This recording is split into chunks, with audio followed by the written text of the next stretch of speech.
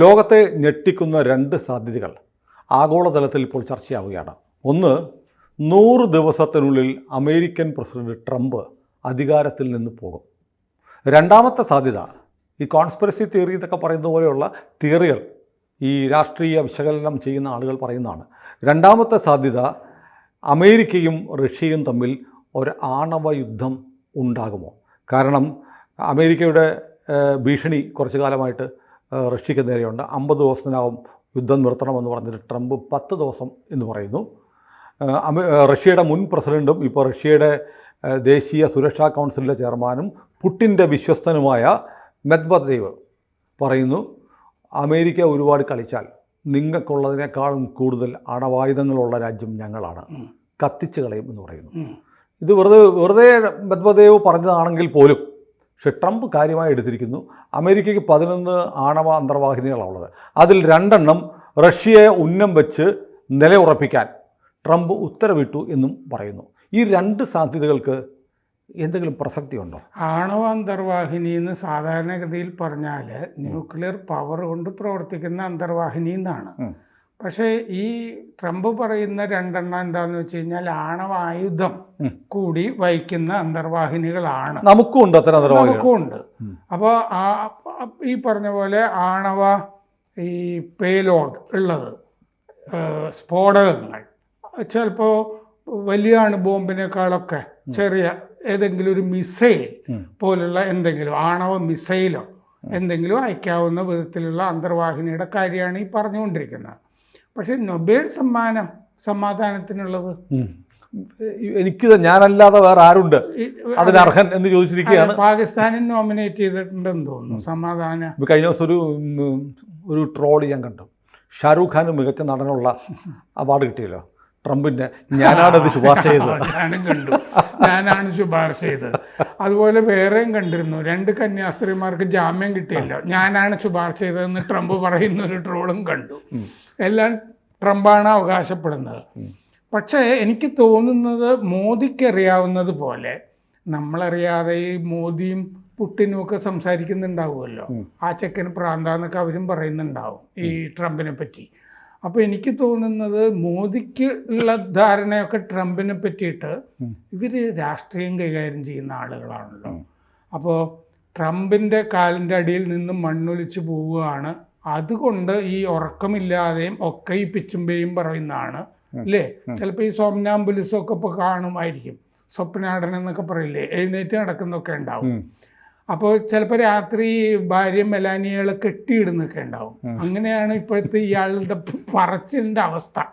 ഈ സെപ്റ്റംബറിൽ ഈ അധികാര മാറ്റം ഉണ്ടാകാൻ അമേരിക്കയിൽ സാധ്യതയുണ്ട് എന്നുള്ളതിന് അതെന്താ സെപ്റ്റംബറിൽ ചിലപ്പോൾ സെപ്റ്റംബറിന്റെ സാധ്യത അതെന്താന്ന് വെച്ചാൽ ഈ ഗിസ്ലൈൻ മാക്സ്വെല്ലിനെ കോൺഗ്രസ് അവിടെ വിളിച്ചു വരുത്തി. അത് എപ്സ്റ്റീൻ്റെ ഗേൾ ഫ്രണ്ടാണ്, ജെഫ്രി എപ്സ്റ്റീൻ്റെ ഗേൾ ഫ്രണ്ട്. ജെഫ്രി എപ്സ്റ്റീൻ എന്ന് പറയുന്ന ആൾ അമേരിക്കയിലെ ഒരു കോടീശ്വരനാണ്. അയാളുടെ പ്രധാനപ്പെട്ട വിനോദം എന്ന് പറഞ്ഞാൽ കരീബിയൻ ഒരു ദ്വീപ് വാങ്ങിയിട്ടുണ്ട്. അവിടെ പ്രായപൂർത്തിയാവാത്ത 14 വയസ്സ് വരെയുള്ള പെൺകുട്ടികളെ കൊണ്ട് ലൈംഗികമായി ദുരുപയോഗം ചെയ്യുക. അവിടെ ആ ദ്വീപിൽ പോയി ഈ പരിപാടിക്ക് ബാലികാ പീഡനത്തിൽ പങ്ക് വഹിച്ച ആളാണ് ട്രംപ്. അതിന്റെ രേഖകൾ ഇപ്പോൾ പുറത്തു വന്നിട്ടുണ്ട്. കോടതിയിലേക്ക് സമർപ്പിക്കാൻ പട്ടികകളുണ്ട്.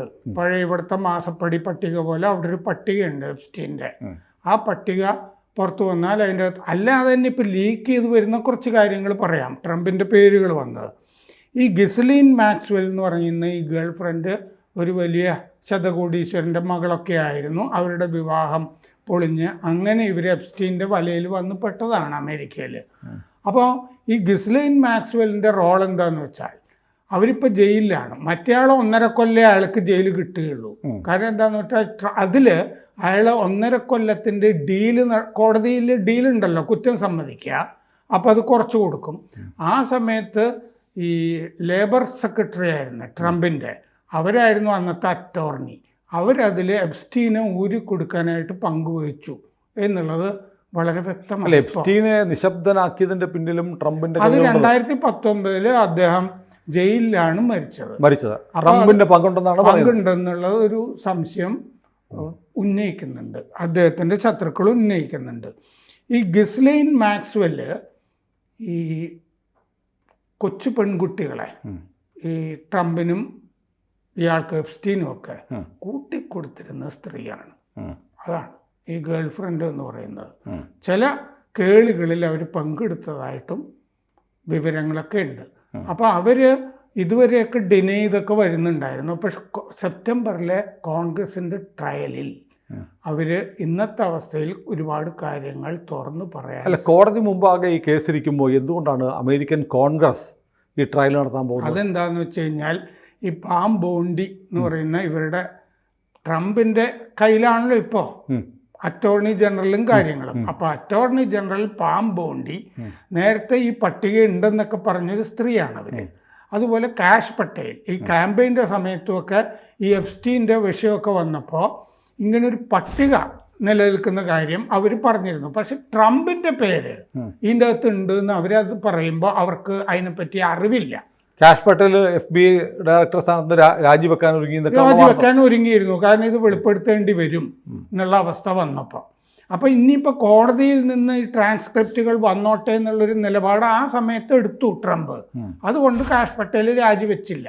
പക്ഷെ ഇനി കൂടുതൽ ട്രയലുകളിലേക്ക് പോകുമ്പോൾ കൂടുതൽ വിവരങ്ങൾ ചോദ്യങ്ങളിൽ നിന്നൊക്കെ വരും. ഉദാഹരണത്തിന് ഈ ട്രംപിൻ്റെ ഭാര്യ മെലാനിയെ ട്രംപിന് പരിചയപ്പെടുത്തി കൊടുത്തത് എപ്സ്റ്റീനാണ് എന്നുള്ള വിവരം ഇപ്പോൾ വാൾ സ്ട്രീറ്റ് ജേർണലൊക്കെ പ്രസിദ്ധീകരിച്ചിട്ടുണ്ട്. അപ്പോൾ ഇവർ സ്ലൊവേനിയക്കാരിയാണ്, ഈ മെലാനിയ.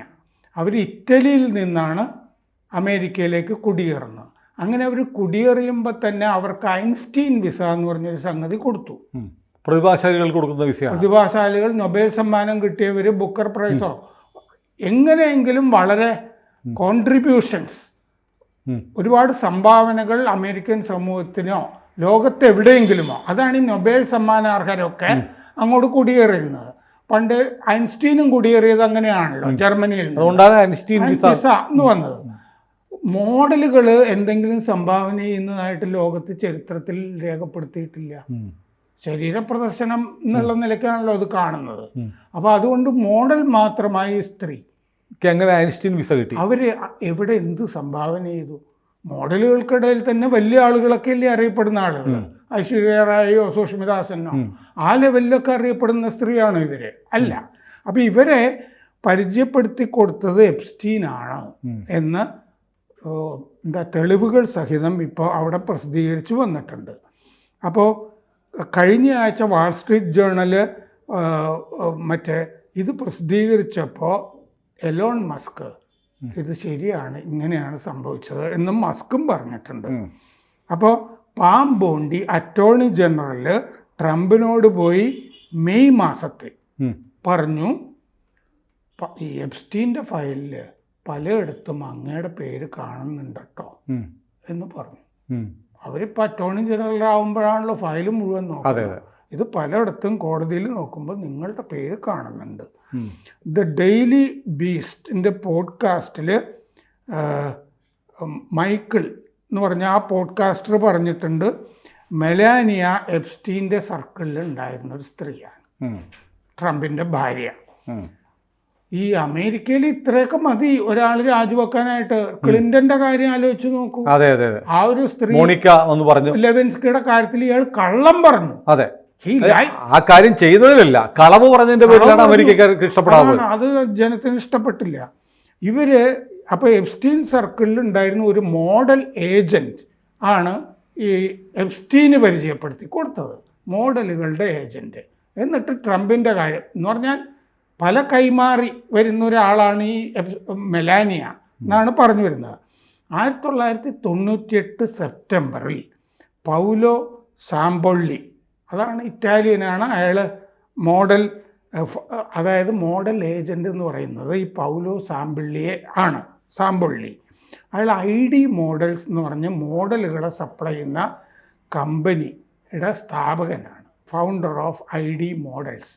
അപ്പോൾ ഈ സാമ്പൊള്ളിയാണ് ഇറ്റലിയിൽ നിന്ന് മെലാനിയയെ അമേരിക്കയിലേക്ക് കൊണ്ടുവരുന്നത്.